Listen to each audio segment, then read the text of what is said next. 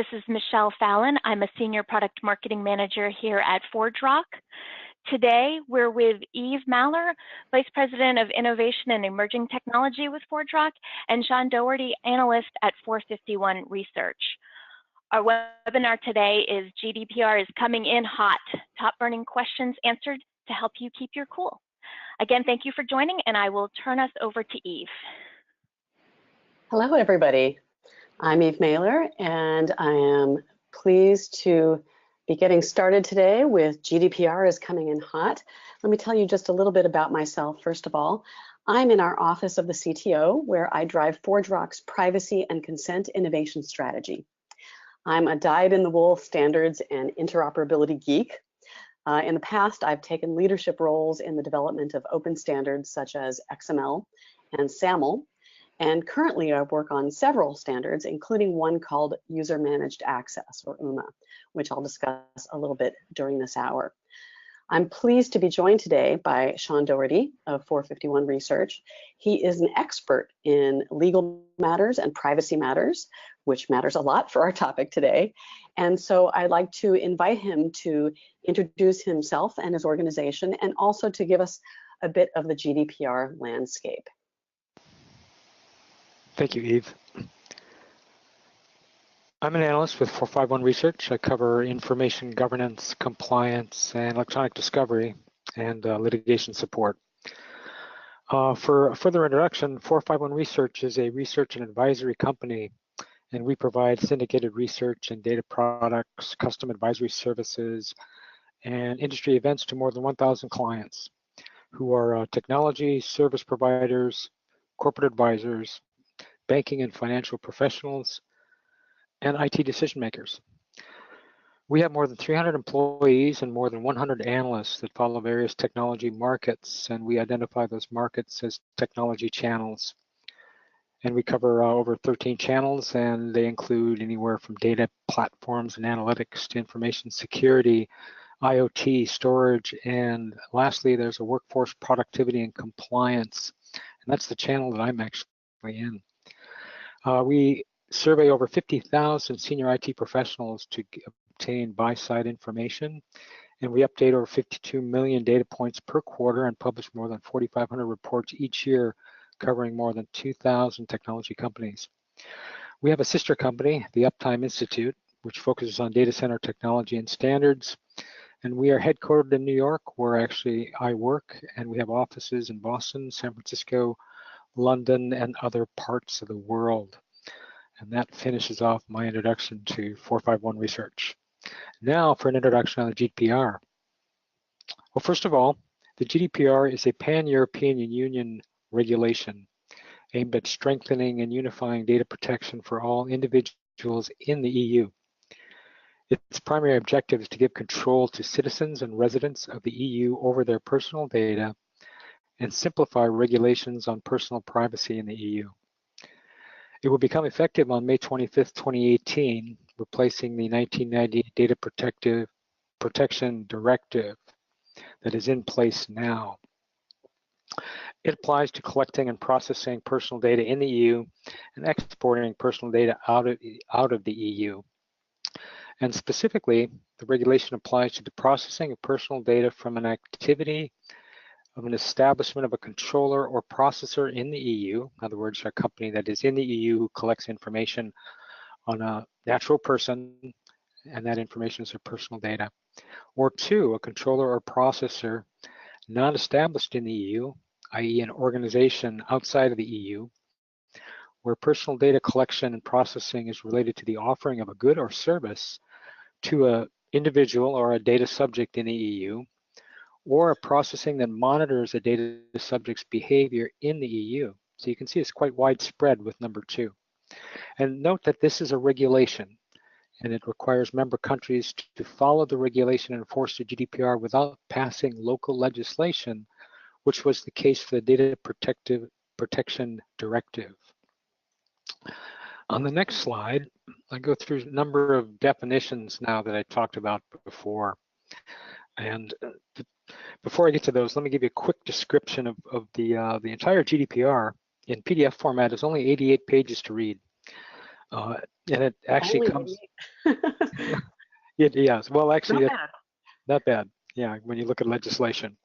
And the very front part is 173 recitals from pages 1 to 31. So that's not part of the law, but that explains many of the facts for which the law was prefaced. So if you want a shortcut to the regulation, kind of lean in on page 32 and read to the end.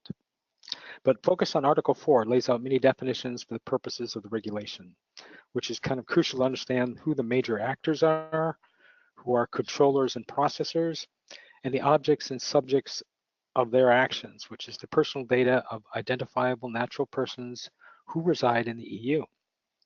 Well, first of all, personal data means any information relating to an individual, or I should say an identified natural person, and that is one who can be identified directly or indirectly by a reference to an identifier such as a name, an identification number, an IP address, any type of location number or online identifier, or one or more factors specific to the physical, physiological, genetic, mental, economic, cultural, or social identity of a natural person.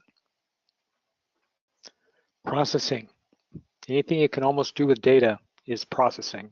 It means any operation or set of operations that are performed on personal data or on sets of personal data, such as collecting, recording, organizing, structuring, storing, adapting, altering, retrieving, consulting, using, or disclosing the data by transmitting or disseminating it. A controller is a person or organization that determines the purposes and means of processing personal data. A processor is a person or organization that processes personal data on behalf of the controller. Now, in addition to these, at the very last moment, I was missing an opportunity to practice how to pronounce pseudonymization, which I'm going to define here. And it's also relevant to the webinar and also very relevant to GDPR.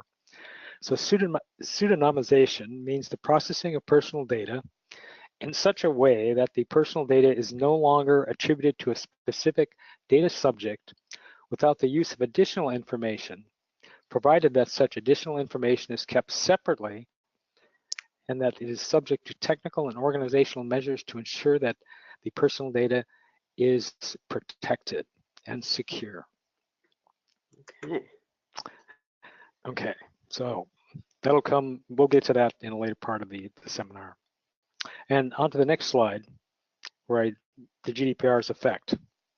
It's not a butterfly, but it will sting like a bee. Violations of the GDPR can cost up to 20 million euro in fines, or up to 4% of a controller or processor's previous year's worldwide revenue. And lesser fines can be up to 10 million euros and 2% of the company's previous year's turnover. The regulation requires data controllers and processors to hire a data protection officer for regular and systematic monitoring of data subjects on a large scale. And here's a big one. Mandatory data breach notifications to data subjects must be sent out within 72 hours of the breach.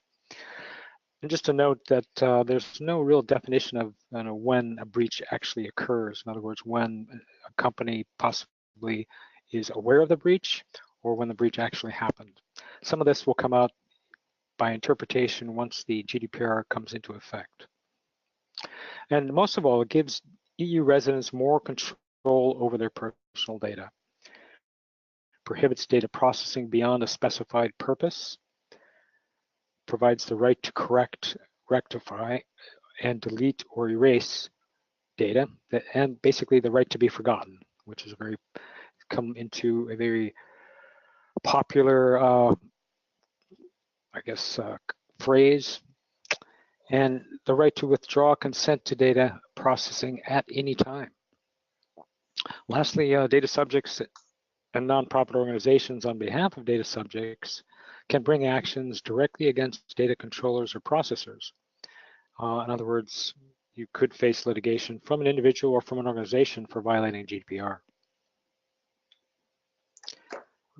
And I'll hand this back over to Eve. Thank you very much. That's a great 50,000 foot view. So Now let me talk a bit about kind of some key takeaways for businesses that are facing this. So we've got a kind of a Y2K-like firm deadline, got some big penalties, so we got a big fist shaking at us. We also have some high aspirations about protecting individuals and looking out for them. And we have some viral qualities to this regulation, because wherever an individual is, we've got organizations, wherever they are, having to serve the needs of those individuals that are EU based. And I noticed that, so I don't even know if we spelled out until this page here, that is General Data Protection Regulation. And I know I've gotten lots of practice in the last couple of years spelling GDPR when I type. I imagine a lot of people have by now. But the phrase data protection in the EU, in Europe, kind of means privacy, data privacy. And yet, we have this notion that data protection sounds like it means, well, make sure not to let the data, the personal data of people, get out accidentally. And yet we look at GDPR and it really means so much more. It has elements of make sure that the data is transparent. You have to tell people what you know about them. Make sure that you're giving people control, that you have to enable them to withdraw consent anytime. So it really goes beyond what you might have thought about if it were just don't let the data out accidentally. It seems to affect business models in addition. So it's quite wide ranging and quite impactful on businesses in ways that we haven't seen regulations really attempt before. And that's kind of a big pill to swallow. And so one of the things that we at ForgeRock have been advising is it's time to take some dramatic steps. This isn't just about security elements of data privacy. It's actually about trust. It's actually about building trust relationships with your end users, be they customers, consumers, patients, citizens, whatever they are, actually employees as well. And so the 4 steps that we've been recommending start with, first, identify the intersections between your efforts to create digital transformation opportunities in your business and the user trust risks that are created, the user trust gaps that may be created when you do so. Because oftentimes digital transformation is about collecting data, hopefully not scraping data without somebody's being aware of it, without consenting to it. And that's what GDPR is kind of about. As a second step, start conceiving of people's personal data as a joint asset with them. Now, privacy professionals actually take on the notion of personal data as being in someone's control, kind of being owned by them. I'm not sure I like the notion of the word ownership, but let's run with it for a second.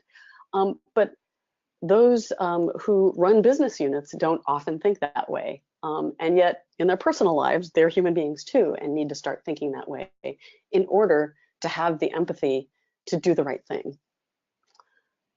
Thirdly, start leaning into consent. And we'll talk a little bit more in the rest of this hour together about thinking about consent and what the General Data Protection Regulation sets up as requirements around consent. If you think about asking people what they'd like done with their data and then doing it, you can actually be in a stronger position. And fourth, take advantage of all that identity and access management technologies and techniques have to offer for building those trusted digital relationships. Okay, so let's switch gears right now. One of the things that we at ForgeRock did was we've done a number of customer feedback sessions, and a lot of questions came up around specifically GDPR details. And that's why we reached out to Sean and said, hey, you're actually a legal expert and a privacy expert. Help us answer these questions. So let's just start with question number 1, which went like this. My company interacts with end users directly and holds user account data. So if we're sending such data from Australia to the US what regulation applies? Is it Australia's laws? Is it US laws? Is it EU laws? What's the case? Data is collected from an established activity in the EU, or from offering goods or services to data subjects in the EU, or from even monitoring a data subject in the EU, then the EU law is going to apply wherever that data goes. And Eve, you were getting into this before, modern privacy requirements such as the GDPR protect individual rights regarding data collection and processing. And these rights will inhere from an individual's citizenship or nation state, or even membership of a union such as the European Union. And they attach or become applicable when that personal data is collected. So the data subject's rights will follow the data within the EU, and if transferred out of the EU to the US, or even Switzerland, or even Australia, the EU law still applies. But let's say, we're talking about the information was actually collected in Australia, for example. Well, Australia itself has a Federal Privacy Act of 1988 that was updated in March 2014 that includes a number of Australian privacy principles. And if that data was collected in Australia, then the Australian law would apply. And there are 13 legally binding principles that govern the collection, use, and disclosure of personal information just in Australia. And that privacy section number 8 of that law deals with the cross-border disclosure of that personal information. And this is very similar to other countries' privacy laws, subject to certain exceptions. And if an entity is going to disclose personal data to a third party that's located outside of a country, that country actually has to adhere to the country of origin of the data's privacy protection laws. So in other words, if you're going to transfer data outside of Australia, you need to actually adhere to Australia's privacy principles. Same thing about the GDPRs. If you're going to be transferring data outside of the GDPR, you're going to have to adhere to the GDPR privacy principles. Excellent. So interesting. It sounds like there's almost starting to be this kind of high watermark around the world with countries copying other regulations. Well, there's actually frameworks of privacy that are involved. The Organization of Economic Developing Countries has a framework that was developed and was actually, you can see how it works within the GDPR. And in Asia Pacific, there's also an organization of countries that have developed privacy principle frameworks that actually operate. So you see it very much a similarity between many of these laws. Excellent, thank you, great. Question 2, what is the relation of Privacy Shield to GDPR? Well, again, I just talked about frameworks. It's a mechanism designed by the U.S. Department of Commerce to transfer data from the EU to the U.S. And this mechanism allows U.S. companies to self-certify that they comply with the GDPR data protection requirements when transferring and processing data, which includes the storage and any kind of personal data collection and operation on that data outside of the EU. And it is a successor to the Safe Harbor, which was invalidated a few years ago. Great, thank you. Okay, we're going to start to get into some two-parters now. Does GDPR require that I store data about my customers in the country it was collected in? Well, under the GDPR, processing includes storage, but the regulation itself does not restrict processing to the point of its collection. It does restrict transferring personal data out of the EU without adequate safeguards, as I just indicated with the Privacy Shield. But data controllers are required to provide data subject information such as the purpose and the location of processing, and if outside the EU, reference to the appropriate and suitable safeguard to transfer it, such as the Privacy Shield. So although the GDPR does not specifically require it, member countries themselves can require it. And although not all member countries have that requirement, Germany is one of the first countries that do have that requirement to keep the data within the country where it was processed. And I see going forward that many of the other member countries may follow suit. Great. So a follow-up question that was directed to me was, how does it work in the ForgeRock identity platform to store identity profile data within a specific region because of these sorts of questions? So a little bit first about the ForgeRock identity platform.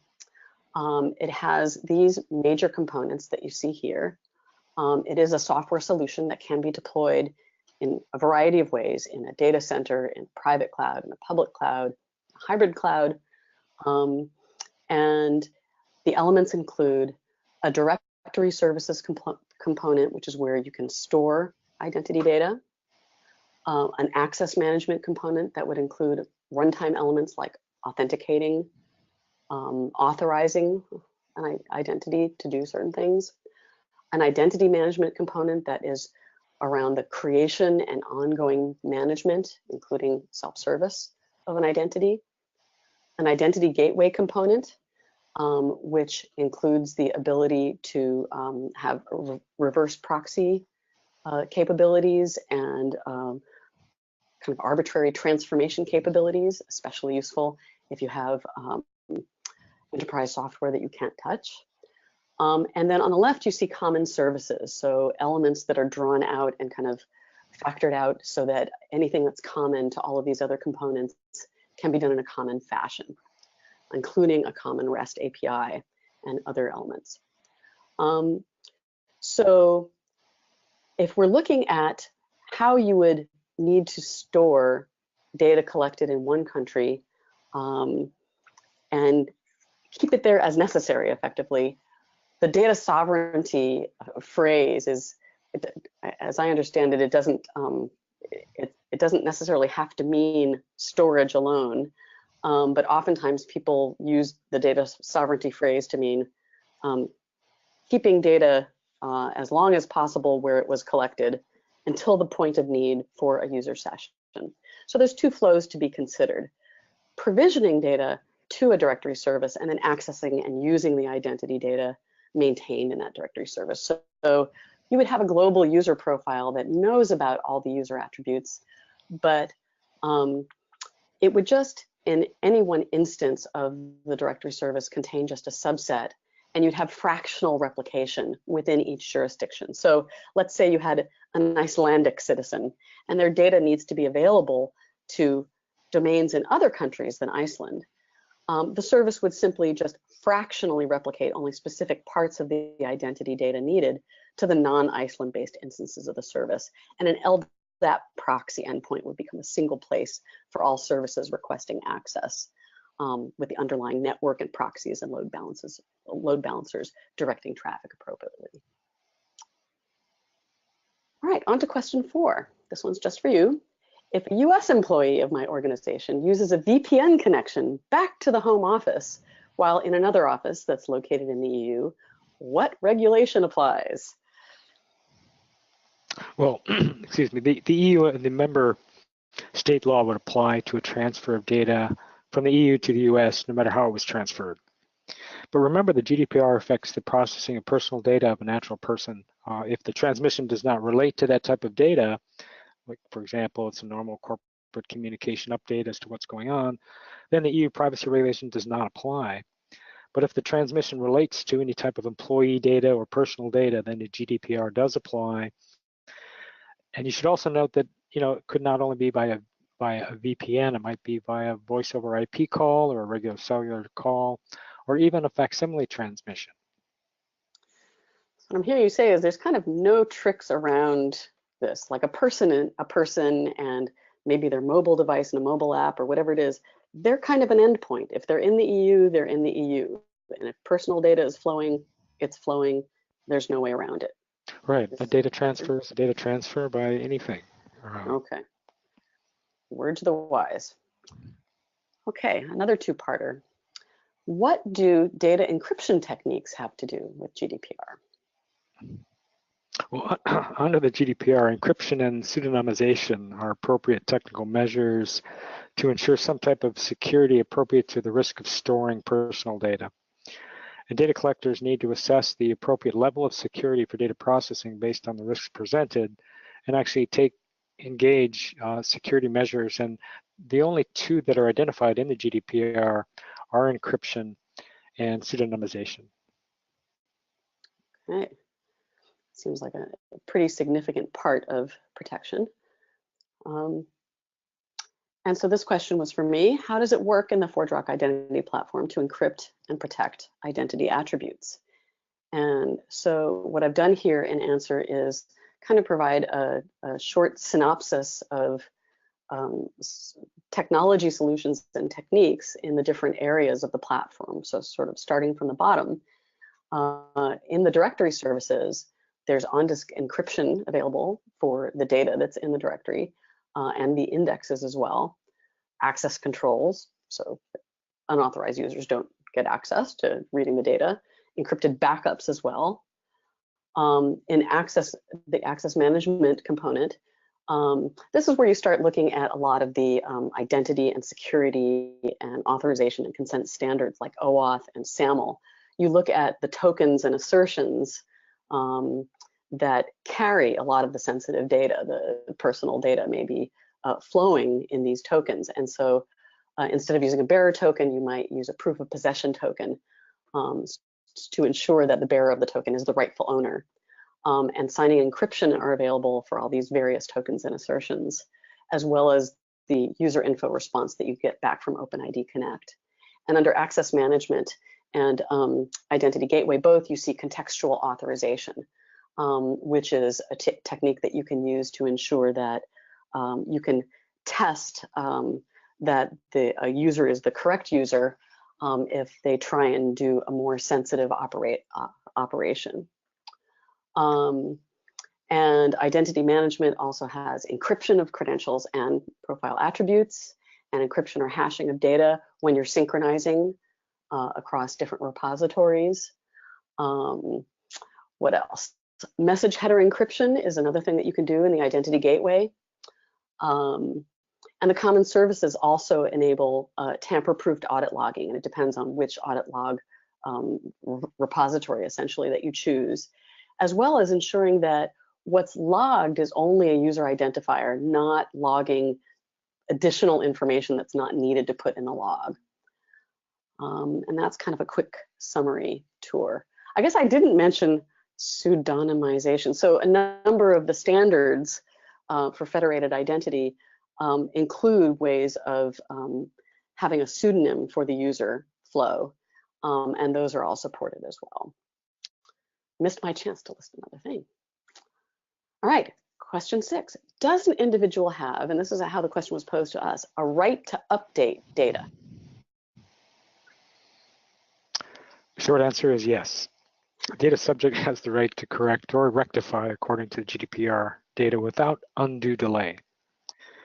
Any kind of inaccurate personal data concerning him or her collected by a controller, they have the right to correct. And the data subject also has the right to obtain from a controller the erasure of personal data concerning him or her, and also without undue delay. And that's not defined, is it, without undue delay? No, it's not. Again, once it becomes effective, I guess we will find out what undue delay is. Okay, somebody takes a little too long and they'll get fined. I would imagine so, but again, how much is too long, or what is too long, or is it a fact that we have to give users a direct interface to it, or can we just send users a certification saying we deleted the data? Okay, well, I will have a little bit more to say about that towards the end of our time together here. Okay. All right, question 7. If my organization has shared end user data with a third party and our end user asks for it to be deleted, whose responsibility is it to delete it? Okay, well, the short answer again is the organization as the controller or processor of the data. The GDPR actually defines third party as a natural or legal person, public authority, agency, or other entity other than a data subject, controller, or processor who is under the direct authority of a controller or processor and authorized to process personal data. And just as they are authorized by the controller or processor, the controller or processor retains the responsibility for that third-party processing and must delete the data or make sure that the data is deleted from a third party. Now, how this might play out once the GDPR comes into effect, an individual may go right to the third party and ask for the data deletion, and that third party may just go ahead and delete it, or provide even an interface to have it deleted. We'll have to see, but it is the responsibility of the original controller or processor to make sure it is deleted if it's sent to a third party. They come to you, they ask for it to be deleted, you delete it. That's your responsibility. Right. You can't shirk it. Okay. All right, another two-parter. When does GDPR say I have to go back to an end user and ask for the consent to process their data again after collecting it a first time? Well, it doesn't really detail that, actually.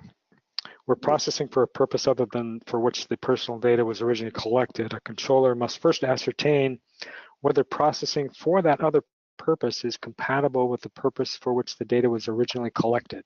It's kind of a mouthful, but they have to basically assess whether or not their new use is similar to the old use. And where the controller intends to further process that data for purposes that are other than the original collection, the controller needs to provide that data subject with information on that other purpose. And that's when an individual can withdraw consent to use their data. And again, an individual can withdraw consent at any time.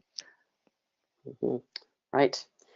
All right. And the second part of this was, when is it possible to ask for an end user's consent using the ForgeRock identity platform?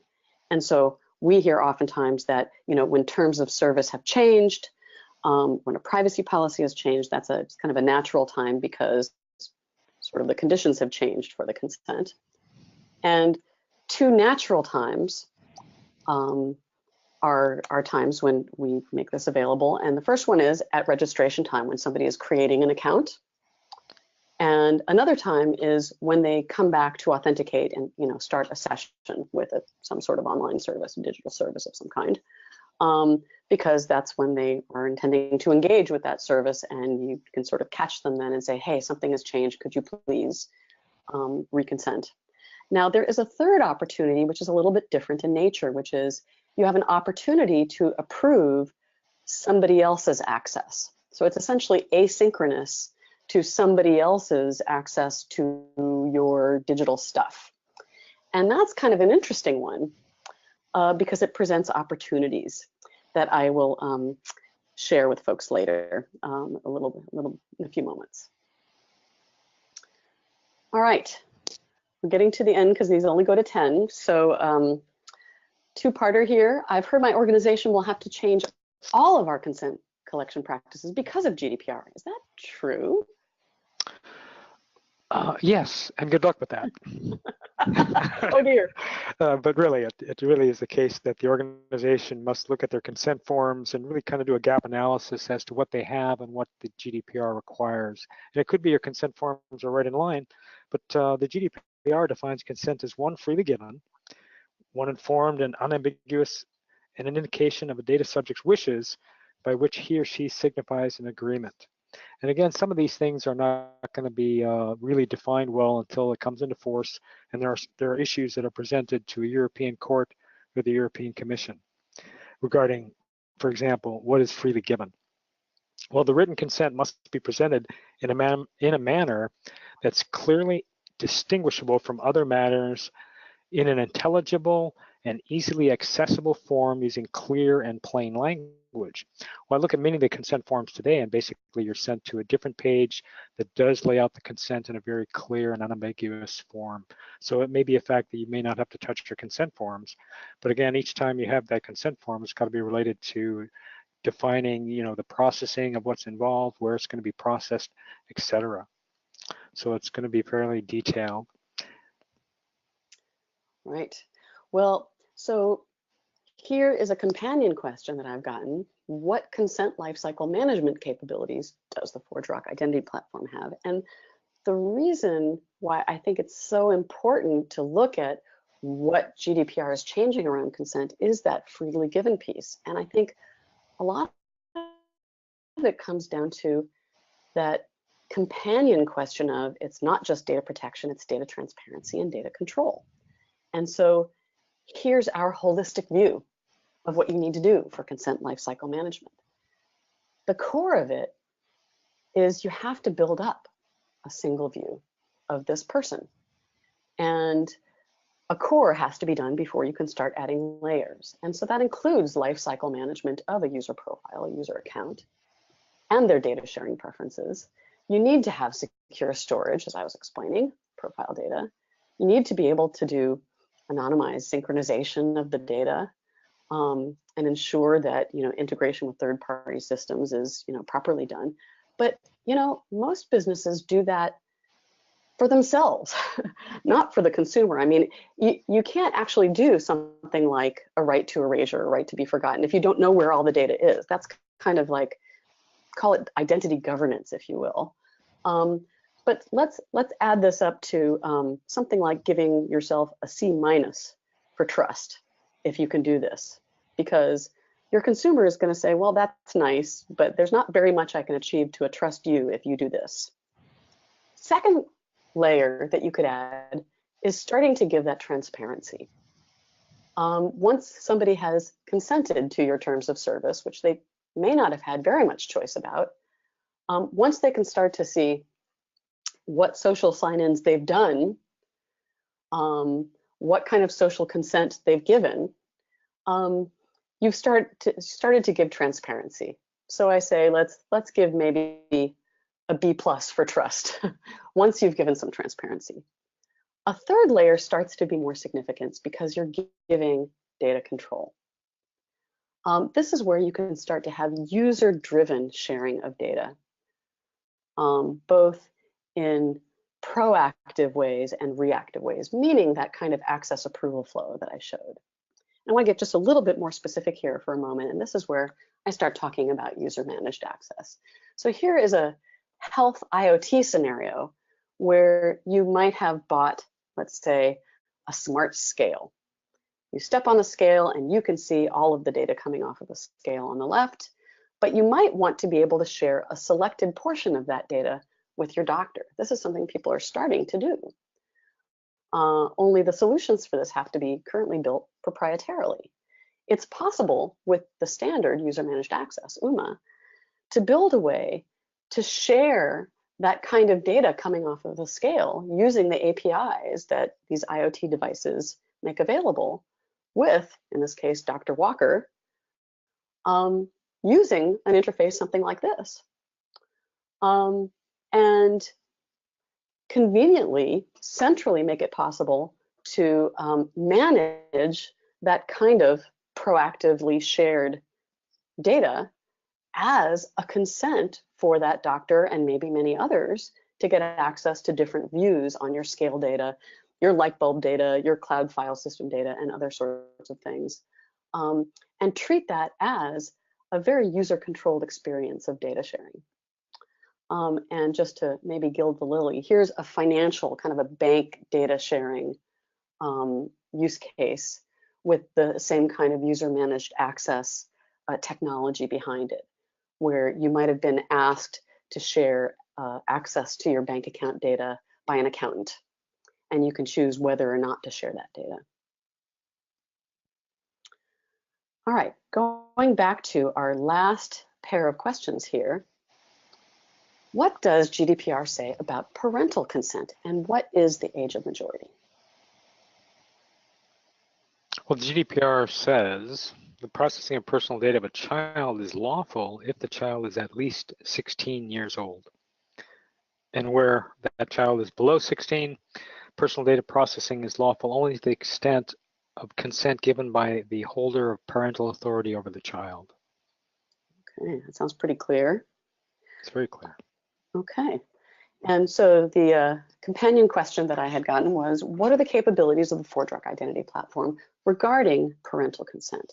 And so what I put together was one typical set of requirements that we've seen, where you have a parent or guardian who would have an account, and there would be a companion child account kind of tied to the parent account, where the parent could self-register for an account, and they could create and manage age-constrained accounts that the child would use. And the child's account would be jurisdictionally defined as to what the age constraint would be. So GDPR would be 16. And the parent's account would have a full schema of attributes and would have full permissions. The child's account would be limited as to what they could do.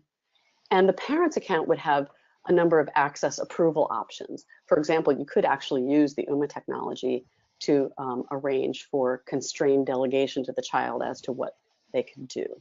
So that's a typical set of capabilities that you might want to put together for this kind of parent-child relationship. So that concludes all the questions and answers that we collected.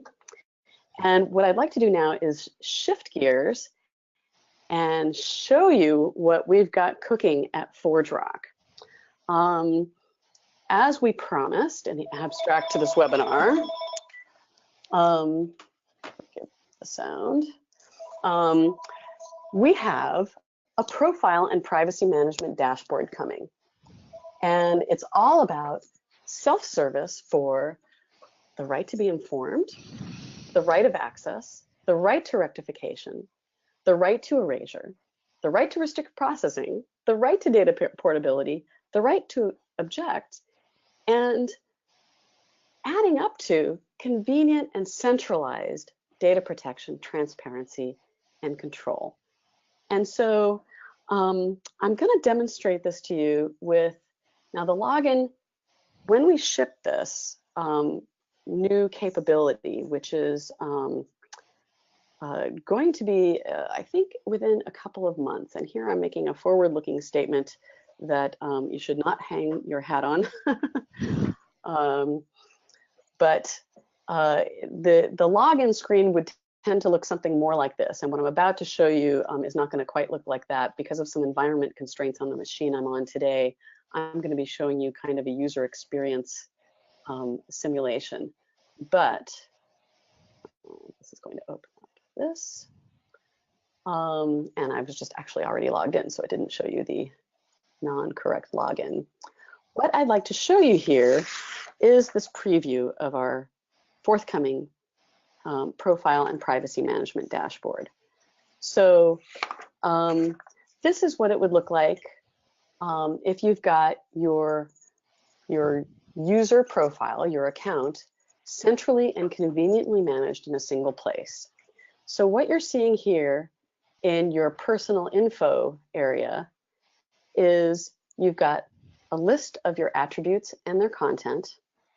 And for example, if it's needed for you to edit your mobile number, you're able to do that. And it's timestamped when it was last edited. And so you're being informed of the data held about you. You have the ability to rectify incorrect data. You've got transparency over what's held about you, and you've got the right of access around your personal data. In the sign-in and security area, of course, you can, if how you log in is with a password, you can change your password. There's also, log in to get access to this.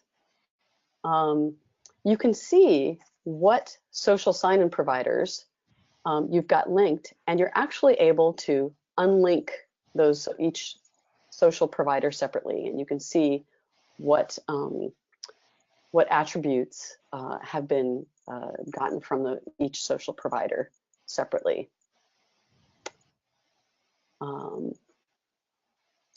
In the preferences section, so this enables the right to restrict processing, so I can stop the processing of personal data for marketing, lead generation, whatever it might have been.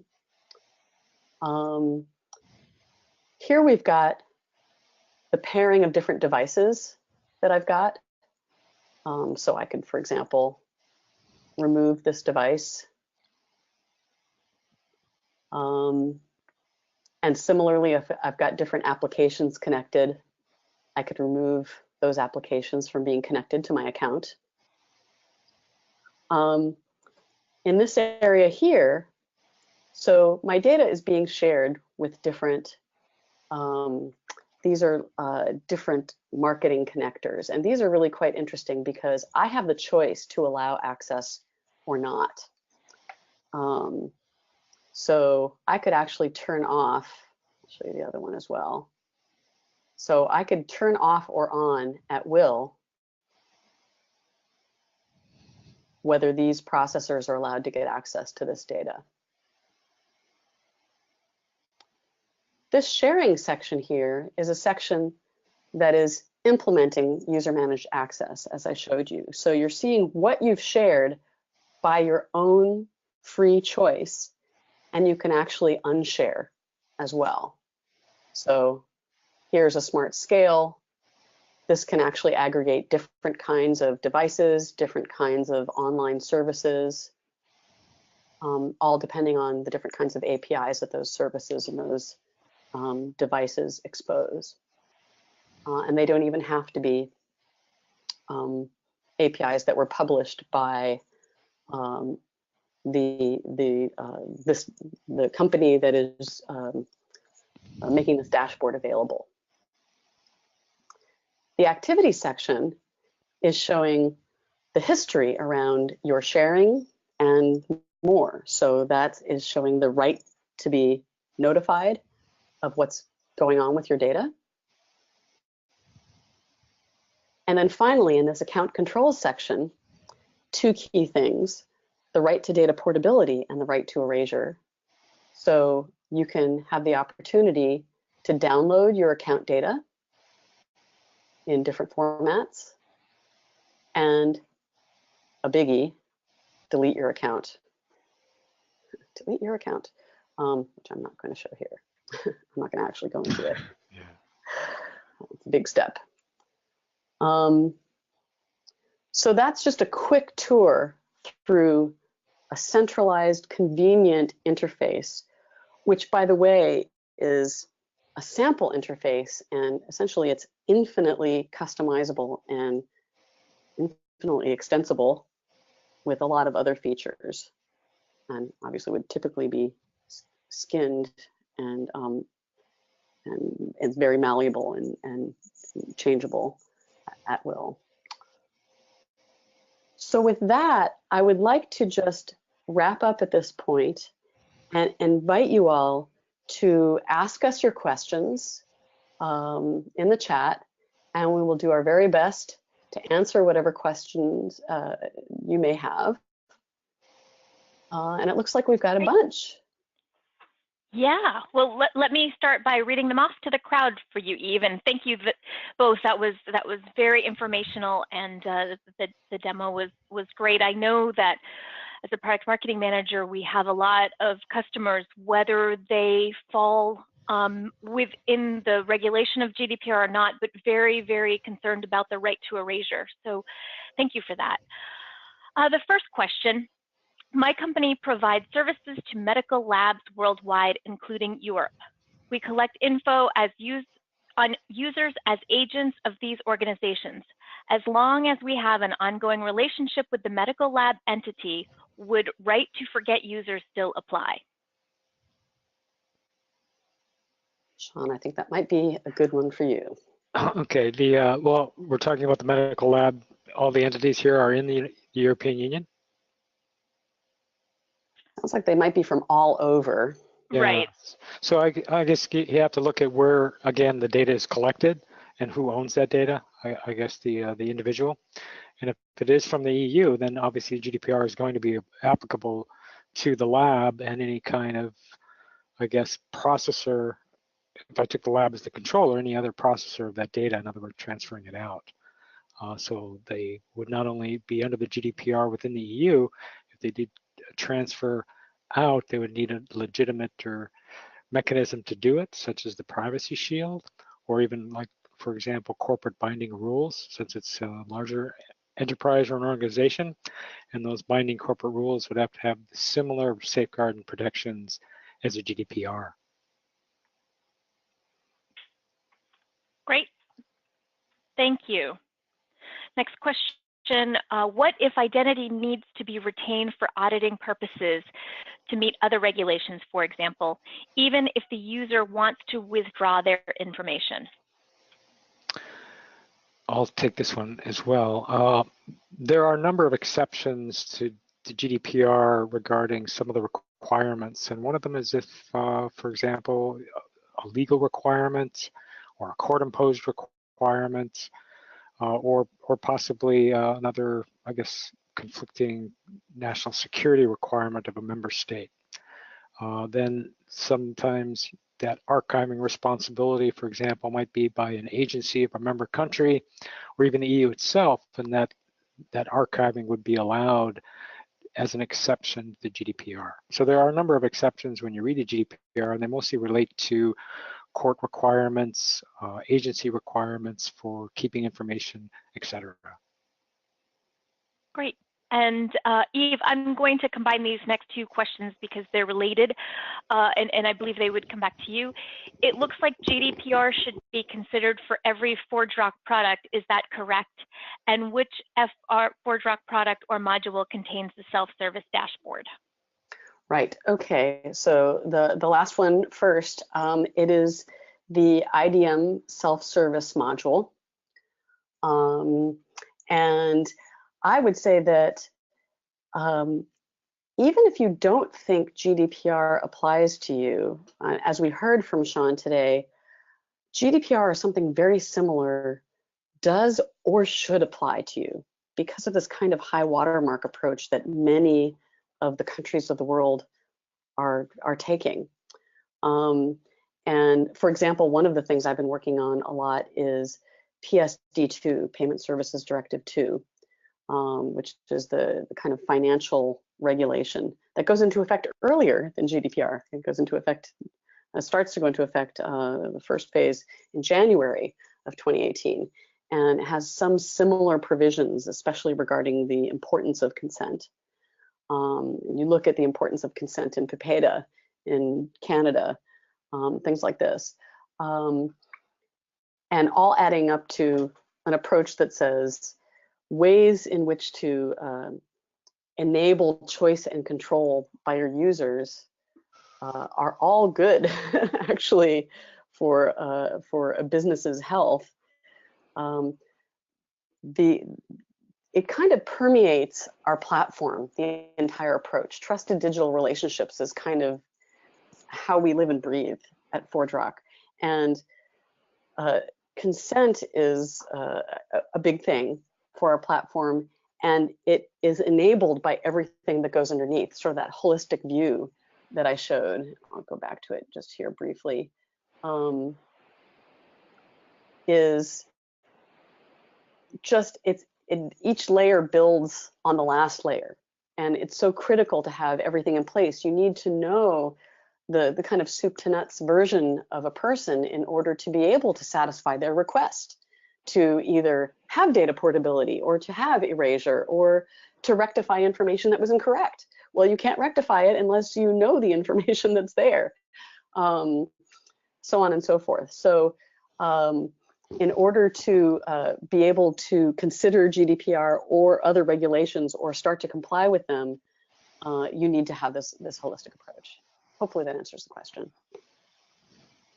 Great. This is another one that has a real legal twist to it. What happens if a U.S. company is collecting data in the EU and the U.S. federal government subpoenas the information? Whose law prevails? Well, that's a good question. Obviously, since the GDPR is not in effect, we don't know that yet.